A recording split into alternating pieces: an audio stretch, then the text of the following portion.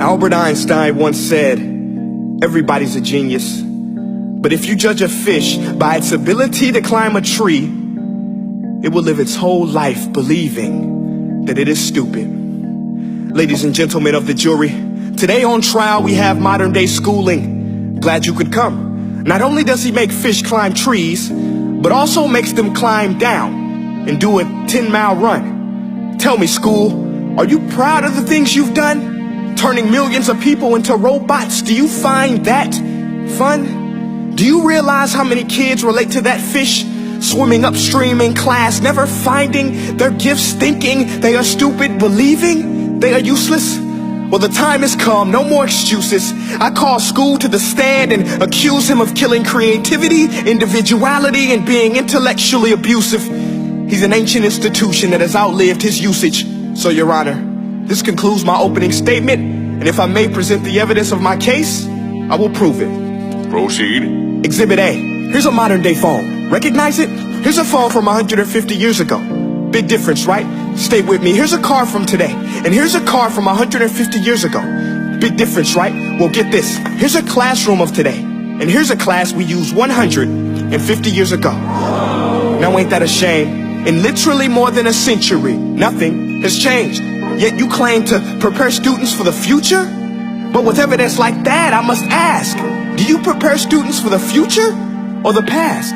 I did a background check on you and let the record show that you were made to train people to work in factories, which explains why you put students in straight rows, nice and neat, tell them sit still, raise your hand if you want to speak, give them a short break to eat, and for 8 hours a day, tell them what to think. Oh, and make them compete to get an A letter which determines product quality, hence grade A of meat.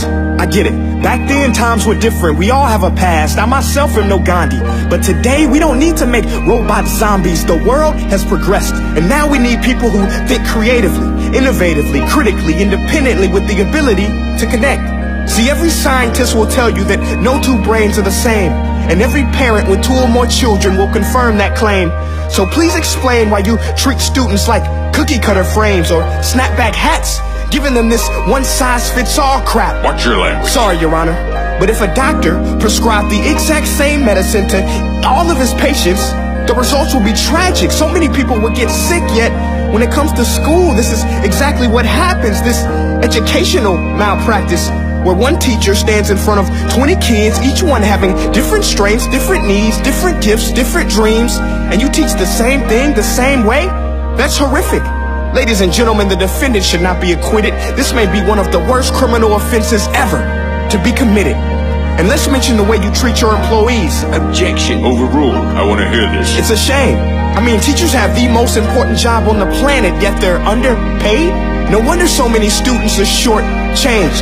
Let's be honest. Teachers should earn just as much as doctors, because a doctor can do heart surgery and save the life of a kid. But a great teacher can reach the heart of that kid and allow him to truly live. See, teachers are heroes that often get blamed, but they're not the problem.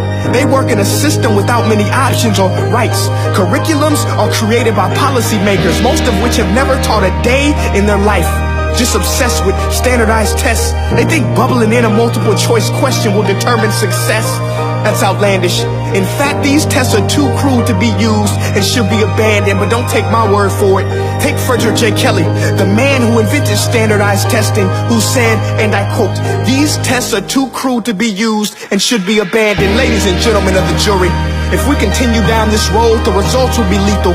I don't have much faith in school, but I do have faith in people.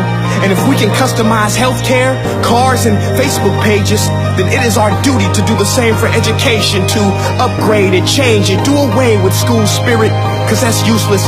Unless we're working to bring the spirit out of each and every student, that should be our task. No more Common Core. Instead, let's reach the core of every heart in every class. Sure, math is important, but no more than art or dance. Let's give every gift an equal chance. I know this sounds like a dream, but countries like Finland are doing impressive things. They have shorter school days. Teachers make a decent wage. Homework is non-existent, and they focus on collaboration instead of competition. But here's the kicker, boys and girls. Their educational system outperforms every other country in the world. Other places like Singapore are succeeding rapidly. Schools like Montessori, programs like Khan Academy. There is no single solution, but let's get moving. Because while students may be 20% of our population, they are 100% of our future. So let's attend to their dreams, and there's no telling what we can achieve. This is a world in which I believe, a world where fish are no longer forced to climb trees. I'll rest my case.